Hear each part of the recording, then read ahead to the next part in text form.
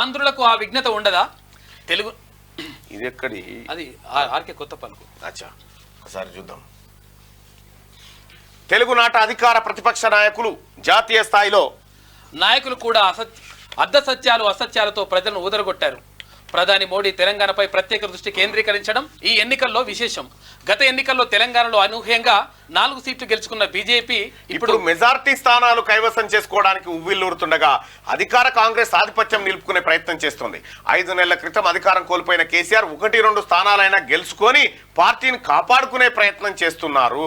ఇక శాసనసభ ఎన్నికల్లో ఓడిపోయి 5 నెలలైనా వాస్తవంలోకి రాకుండా తెలంగాణను పాలించే సమర్థత తనకు మాత్రమే ఉందన్న భ్రమంలో ఉన్న కేసీఆర్ బహిరంగ సభల్లో కూడా అదే విధంగా మాట్లాడారు. కేవలం 5 నెలల వ్యవధిలో తెలంగాణ రాష్ట్రం సర్వనాశనమైందని ప్రచారం చేయడం ఆయన అతి విశ్వాసానికి నిదర్శనం. ఇటీవల ఆయన చేస్తున్న వ్యాఖ్యలను బట్టి కేసీఆర్ లో అహంభావం తొలగిపోలేదని తెలుస్తుంది. నేను చెప్తానేనా ఇంకా ఫకర్ తగ్గలేదని.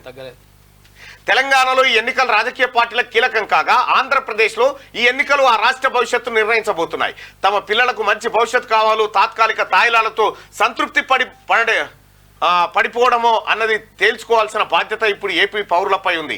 రాజ్యం వీరభోజ్యం అన్నట్టుగా జగన్ పాలన సాగింది. రాజకీయ ప్రత్యర్థులు మాత్రమే కాదు, ప్రభుత్వ చర్యలను తప్పుపట్టిన వారు కూడా వేధింపులకు నిర్బంధాలకు గురయ్యారు. జగన్ మళ్ళీ అధికారంలోకి వస్తే ఆంధ్రప్రదేశ్ పరిస్థితి ఏమిటో అన్న ఆందోళన కలగక మానదు. ఏపీ విడిపోయి 10 ఏళ్ళు అవుతుంది. ఇప్పటికి రాజధాని అంటే ఇది అని చెప్పుకోలేని దుస్థితి కల్పించిన జగన్ను నెత్తిన పెట్టుకోవాలా లేదా అన్నది ఆంధ్రులు ఆలోచించుకోవాలి.